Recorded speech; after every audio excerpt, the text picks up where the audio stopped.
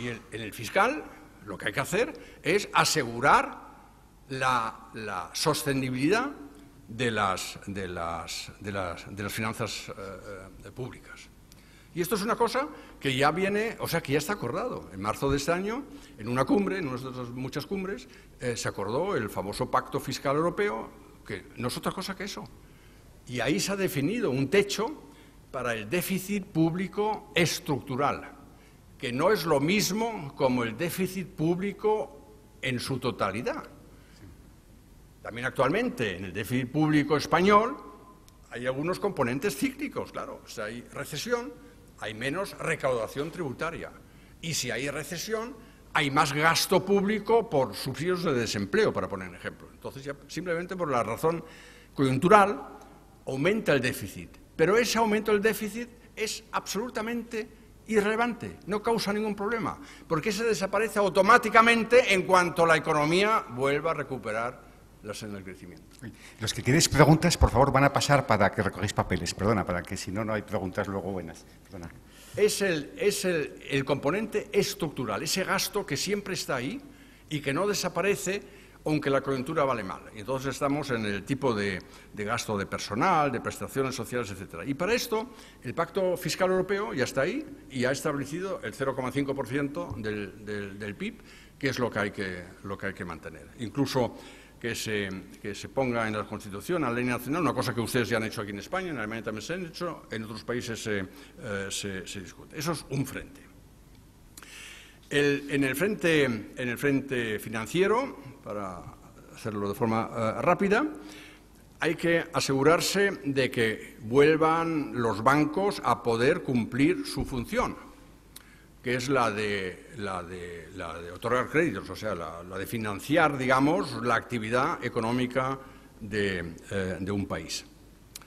Y para esto no se requiere garantía alguna de todas las entidades financieras. No todas las entidades financieras tienen una relevancia sistémica. El gran error de Irlanda en su momento, y el que llevó al país a la casi quiebra, fue el gobierno querer haber salvado o rescatado a sus 3 bancos que habían entrado en dificultades debido a la crisis esta financiera global que tuvimos. Ninguno de estos 3 bancos tenían relevancia sistémica. Si hubieran quebrado, no le hubiera pasado al sistema financiero europeo ni lo más mínimo. Fue un error claro político el de querer salvar a alguien que no era necesario salvarlo, sino que carguen con él los accionistas y los acreedores y se acabó, que es lo que hizo Islandia, por cierto. ¿No? Eso es lo que hay que hacer. El principio es de entender para el futuro del sistema financiero europeo, que si hay problemas, y eso es lo que ha establecido la Unión Europea, comúnmente todos lo han firmado, por eso me sorprende un poco esa insistencia del presidente del gobierno español de que hay que dar el dinero ya enseguida. No, ahí se ha establecido un canon clarísimo cuando hay problemas para una entidad financiera. Primero se responsabilizan los accionistas y los acreedores.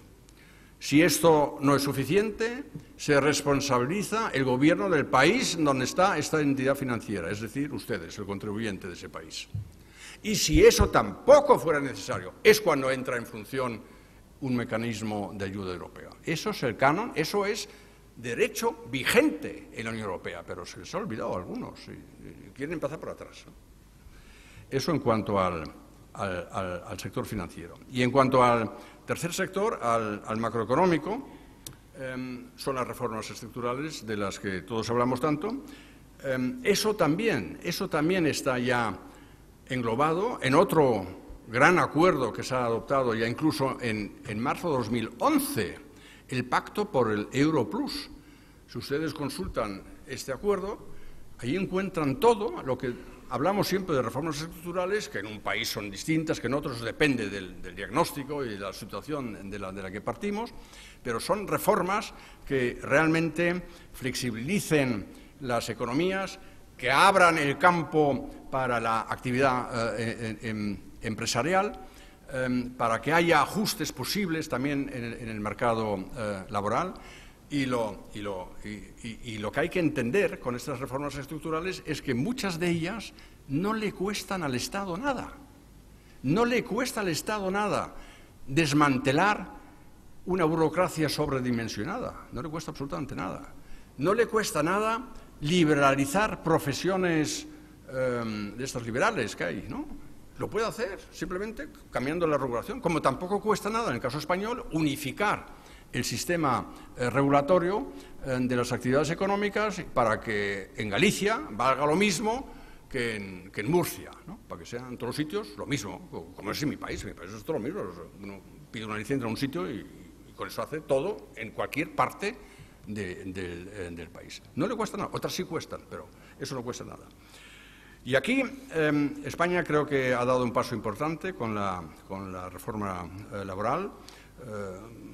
Tendrá que hacer a lo mejor alguno más y tal, pero creo que va por buen camino, porque se ha entendido que el mercado de trabajo es como un punto, como una clave neurálgica en el sistema económico de la economía real, y el mercado laboral tiene que funcionar. Y ahí ve el caso de Alemania, ¿no? Nosotros lo reformamos bastante bien en los últimos 10 años, y las consecuencias ahí las tienen. Incluso en el peor momento de la recesión mundial que tuvimos en el año 2009, la tasa de paro en Alemania pues apenas superó el 7%.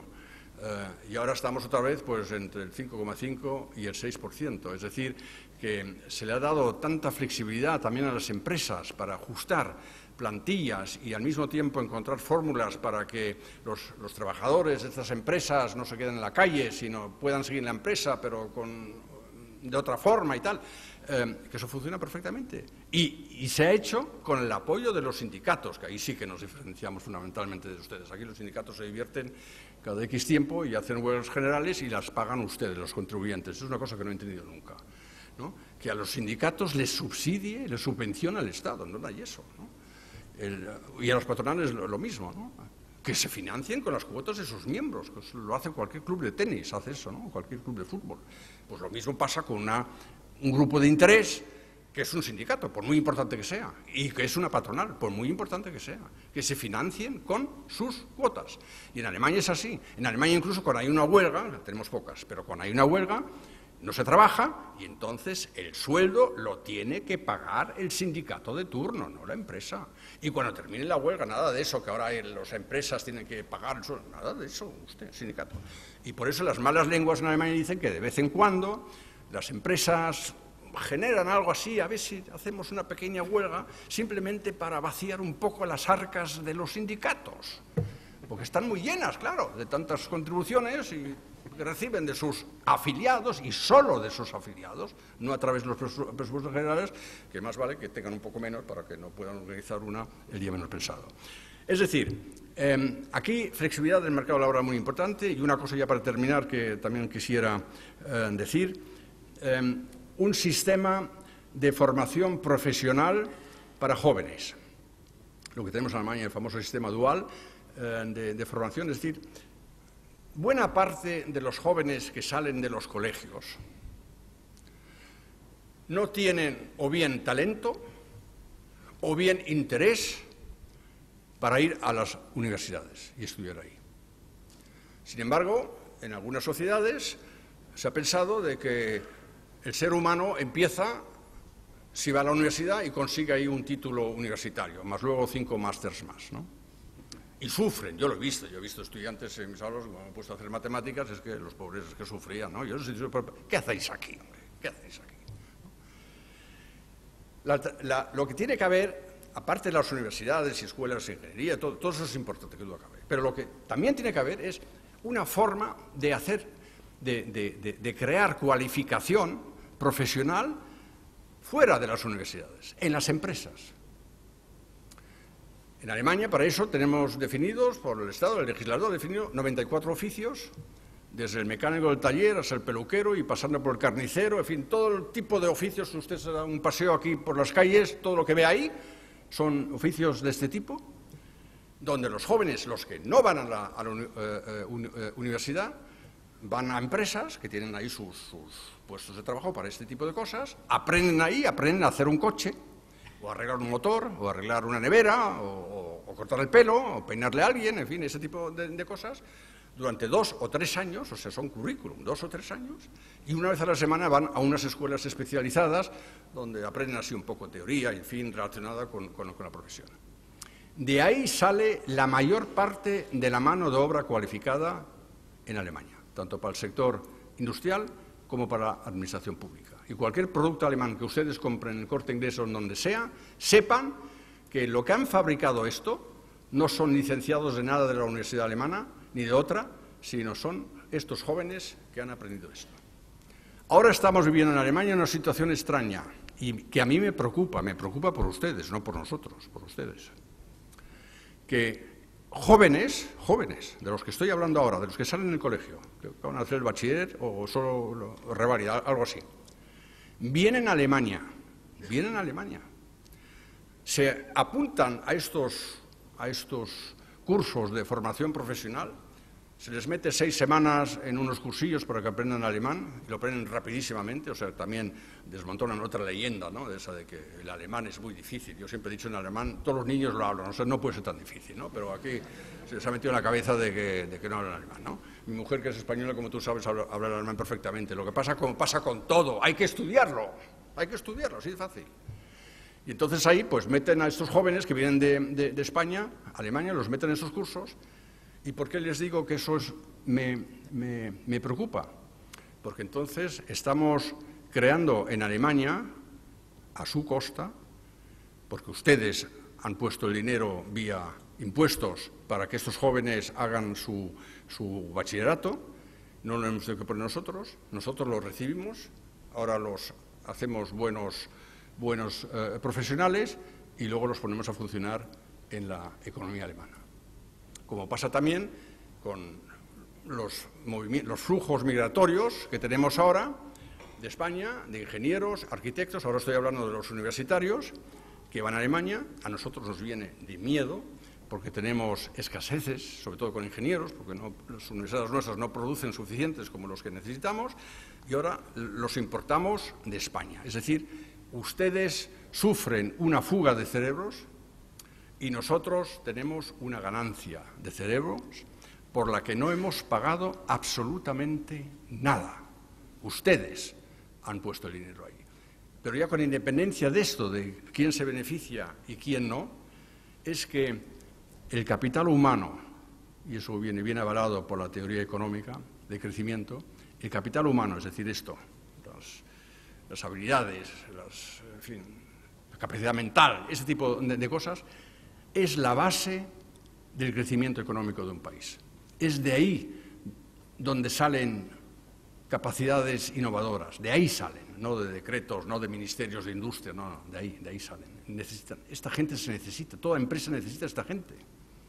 Pero si esta gente se les va y no tienen ninguna posibilidad, o al menos ninguna garantía de que volverán otra vez a España cuando mejoren aquí las cosas, ¿no?, porque igual se encuentran bien en Alemania o en otro país, o hacen ahí sus amigos, o encuentran ahí su pareja y ya no vuelven, o además hoy en día que prácticamente la movilidad, digamos, de transporte un fin de semana con un avión se hace rápido y es barato y tal, o sea que no es como antes, que era todo complicadísimo, sino prácticamente uno se puede ir y pasar el fin de semana y irse al cine aquí en Pamplona si quiere, pero ustedes lo pierden y otros países como nosotros lo ganamos. Y aquí yo aconsejo de prestarle una importancia, una atención muy, muy singular a este fenómeno. Y ya termino diciendo que lo que necesitamos para solucionar este problema de la crisis sistemática de confianza con la que empecé es que recuperar esto es complicado, va a durar tiempo, no hay varita mágica para hacerlo, desde luego no solo con ayudas financieras, pero que no hay que desesperarse por eso. Toda crisis también es algo así como caldo de cultivo para que surja algo nuevo, ¿no? Es como una limpieza que se hace, es como una tormenta que ha venido y el aire está ahora limpio, ahora se puede respirar, da gusto, ¿no? A pesar de que si le pesca a uno una buena tormenta de esas sin paraguas y gabardina, pues, bueno, suelta de todo, ¿no?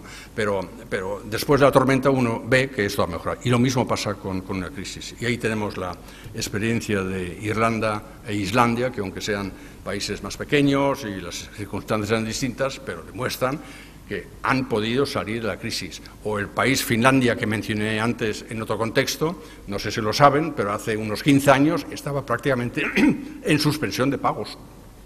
Y ha salido adelante, sin ayuda de nadie, han salido adelante. Se puede hacer, si es que se quiere hacer. Muchas gracias.